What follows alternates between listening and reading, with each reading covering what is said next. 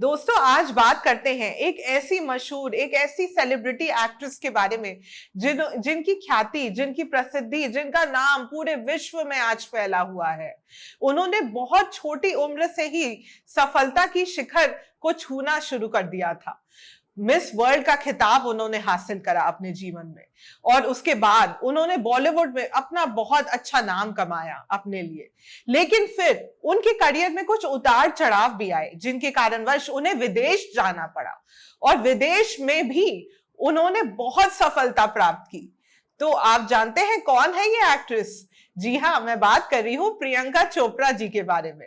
तो आज इस वीडियो में मैं प्रियंका चोपड़ा जी की कुंडली का विश्लेषण करने जा रही हूँ। मैं आपको ये बताऊंगी इस वीडियो में कि वो कौन से प्रबल राजयोग थे जिन्होंने प्रियंका चोपड़ा जी को विदेश में जाके इतनी ऊंचाइयों पे ले गया। कौन से प्रबल राजयोग थे जिन्होंने विदेश में जाके प्रियंका चोपड़ा जी को सफल करवाया। आप चेक कर सकते हैं कि क्या आपकी कुंडली में भी वो राजयोग है, क्या आप भी विदेश में जाके इतनी ऊंचाइयों को प्राप्त कर सकते हैं। तो आइए इस वीडियो को अब हम शुरू करते हैं। Hi friends, welcome to Swati Surbhi astro. तो प्रियंका चोपड़ा जी की कुंडली मैंने यहाँ पे साइड पे खोल ली है। प्रियंका चोपड़ा जी का लग्न वृषभ है, यानी कि टॉरस असेंडेंट है उनका। इनके लग्न में ही चंद्रमा उच्च का होके बैठा है। सूर्य इनके तीसरे भाव में बैठे हैं, जो कि इन्हें अत्यंत पराक्रमी और कभी ना हार मानने वाला व्यक्तित्व प्रदान करते हैं। लेकिन ध्यान की बात यह है यहाँ पे कि प्रियंका चोपड़ा जी की जन्म पत्रिका में महाभाग्य राजयोग का निर्माण हो रहा है। अब क्या होता है ये महाभाग्य राजयोग और इसका निर्माण कैसे होता है?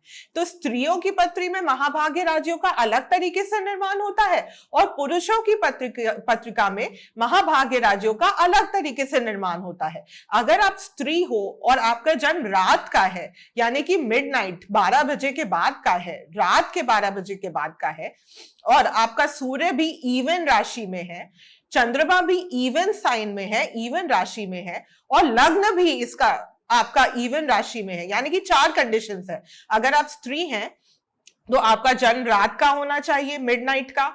उसके बाद आपका सूर्य इवन साइन में होना चाहिए, आपका चंद्रमा इवन साइन में होना चाहिए, और आपका लग्न यानी कि आपका असेंडेंट भी इवन साइन का होना चाहिए। प्रियंका चोपड़ा जी की पत्री में गौर से देखिए, ये चारों कंडीशंस फुलफिल हो रही हैं। देखिए, इनका लग्न वृषभ है जो कि इवन साइन का लग्न है। मून इनका टॉरस में ही है, वृषभ राशि में है जो कि इवन राशि में है।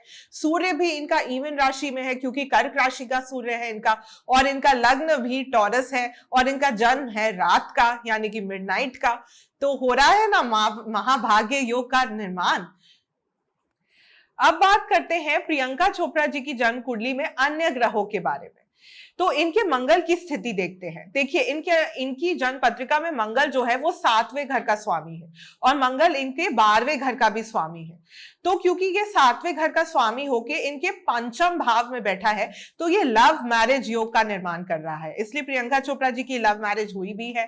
और क्योंकि ये मंगल जो है ये शनि के साथ युक्त है 5वें घर में, तो शनि क्या करते हैं? शनि एज डिफरेंस देते हैं, इसलिए इनके और इनके स्पाउस के बीच में बहुत ज्यादा एज डिफरेंस है। अगर 5 साल से अधिक एज डिफरेंस हो आपके और आपके स्पाउस के बीच में, तो कहते हैं कि ये शनि देव जी की देन होती है। शनि देव जी के कारणवश एज में डिफरेंस आ जाता है मैरिज में। अब देखते हैं कि मंगल यहाँ पे 12वें घर के स्वामी है, ठीक है, ये तो मैंने आपको पहले भी बताया, और 5म भाव में बैठे हैं। तो ये एक विदेश योग का भी निर्माण कर रहे हैं, इसलिए इनका जो विवाह है वो एक विदेशी से हुआ, क्योंकि मंगल जो है वो सप्तमेश और 12वें घर के स्वामी, दोनों घर के एलिमेंट्स उनके पास है।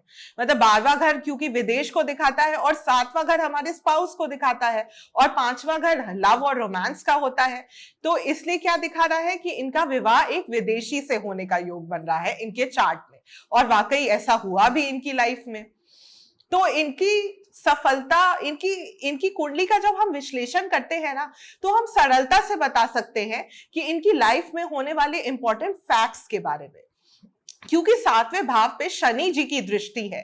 अगर आप देखें, शनि की तीसरी दृष्टि इनके 7म भाव पे पड़ रही है, तो ये क्या दिखाता है कि बहुत देरी से इनका विवाह हुआ, और वाकई इनका 30 की उम्र के बाद इनका विवाह हुआ है। तो ये देखा आपकी इनकी जन्म पत्रिका कितना सही रूप से इनके बारे में सब कुछ हमें बता रही है। अब आगे और ग्रहों के बारे में बात करते हैं। अब प्रियंका चोपड़ा इतनी अच्छी एक्ट्रेस क्यों है, देखते हैं इसके पीछे का एस्ट्रोलॉजिकल रीजन। देखिए, इनके लग्न के स्वामी शुक्र है, जो कि अच्छी स्थिति में होके इनके दूसरे भाव में बैठे हैं, जो कि इनको एक बहुत ही टैलेंटेड एक्ट्रेस बनाते हैं। तो इनके शुक्र इनके लग्नेश होके दूसरे भाव में बैठे हैं और वहां पे यह इनके पंचमेश बुध से युक्त है। दोस्तों, जन्म कुंडली में जब भी लग्नेश पंचमेश का प्रबल रूप से योग बने, लग्नेश और पंचमेश का प्रबल रूप से संबंध बने, तो यह ऐसा इंसान बहुत अच्छा कलाकार होता है, क्रिएटिव फील्ड में माहिर होता है। और देखिए, यहाँ पे शनि जो कि दशमेश है, जो कि योग कारक है इस जन्म पत्रिका के लिए, उसकी भी पूर्ण रूप से दृष्टि दोनों ही शुक्र और बुध पे पड़ रही है। तो ये क्या दिखा रहा है, यह इनके प्रोफेशन को, क्योंकि शनि दशमेश है, इनके प्रोफेशन को इनके पंचमेश और इनके लग्नेश यानी कि इनकी आत्मा से जोड़ रहा है। इसलिए जो भी ये काम करती है ना, उसको पूरी मेहनत, पूरी लगन और अपनी पूरी आत्मा से करती हैं, पूरी मतलब पूरे जो कहते हैं ना, पूरी डेडिकेशन, पूरे डिवोशन के साथ ये अपने काम में लीन है। इसीलिए तो ये इतनी सफल एक्ट्रेस है। एक्टिंग का योग तो बन ही रहा है, क्योंकि पंचमेश, लग्नेश और दशमेश, इन तीनों का आपस में संबंध बन रहा है, जो कि एक प्रबल अभिनेता की जन्म कुंडली में बनता है। अब बात करते हैं कि प्रियंका चोपड़ा जी को विदेश में जाके इतनी सफलता क्यों मिली। अब आप गौर से इनकी जन्म पत्रिका को देखिए। इनकी जन्म पत्रिका में जो दशमेश है इनका शनि, और जो नवमेश है, नवमेश भी शनि, दशमेश भी शनि, और दोनों का ही संबंध इनके 12वें घर के स्वामी यानी कि मंगल के साथ है। ये क्या दिखा रहा है कि इनका भाग्य उदय विदेश में जाने के बाद होगा, क्योंकि नवमेश यानी कि भाग्य, दशमेश यानी कि प्रोफेशन, और 12वें घर का स्वामी यानी कि मंगल जो इनकी जन्म पत्रिका में है, 12वां घर यानी कि विदेश, इन तीनों का संबंध आपस में एक दूसरे से जुड़ गया है। इसलिए ये सब ये दिखा रहा है कि प्रियंका चोपड़ा का जो भाग्य उदय है वो विदेश में जाने के बाद होना उनकी किस्मत के द्वारा पहले से ही तय था। अब बात करते हैं इनकी बुध ग्रह की स्थिति के बारे में। तो बुध ग्रह यहाँ पे पंचमेश और दूसरे भाव के स्वामी होकर दूसरे भाव में ही स्थित है, लग्नेश के साथ युक्त है, जो कि कला के क्षेत्र में इन्हें बहुत अच्छा बना देते हैं। साथ ही साथ ये बहुत शक्तिशाली धन योग का भी निर्माण कर रहे हैं और इनकी कम्युनिकेशन को भी बहुत ज्यादा अच्छा बना देते हैं। इनका कम्युनिकेशन बहुत ज्यादा पावरफुल है। आपने इनकी पावरफुल स्पीचेस, इनकी मोटिवेशनल स्पीचेस तो सुनी ही होंगी। सूर्य भी इनके तृतीय भाव में बैठे हैं, जो कि इनकी कम्युनिकेशन को बहुत ज्यादा शक्तिशाली और मासेस से कनेक्ट कर देते हैं। इनके पीछे का एस्ट्रोलॉजिकल रीजन आज आपको पता चल गया इस वीडियो के द्वारा। यही बुध का प्लेसमेंट इन्हें बहुत अच्छी आवाज भी देता है, इसलिए ये बहुत अच्छी गायिका भी है। अब बात करते हैं इनकी जन्म कुंडली में गुरु की स्थिति के बारे में, यानी कि बृहस्पति की स्थिति के बारे में।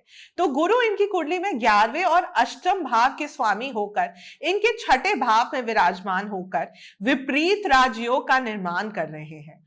ये यह दर्शाते हैं कि विपरीत स्थिति में भी ये घबराती नहीं है, हार नहीं मानती, और विपरीत स्थितियों से आगे बढ़ के इन्हें सफलता भी मिलती है, क्योंकि इन्होंने अपनी करियर की शुरुआत के दिनों में काफी स्ट्रगल भी किया हुआ है।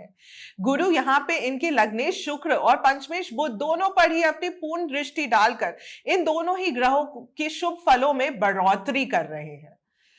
तो ये थी फ्रेंड्स मेरी छोटी सी एनालिसिस प्रियंका चोपड़ा जी की जन्म पत्रिका के बारे में। तो आज आपको पता चला होगा इस वीडियो के द्वारा कि वो सफलता की शिखर पे आज क्यों है। हमारी जो जन्म पत्रिका होती है ना, वो हमारे बारे में सब कुछ बता देती है।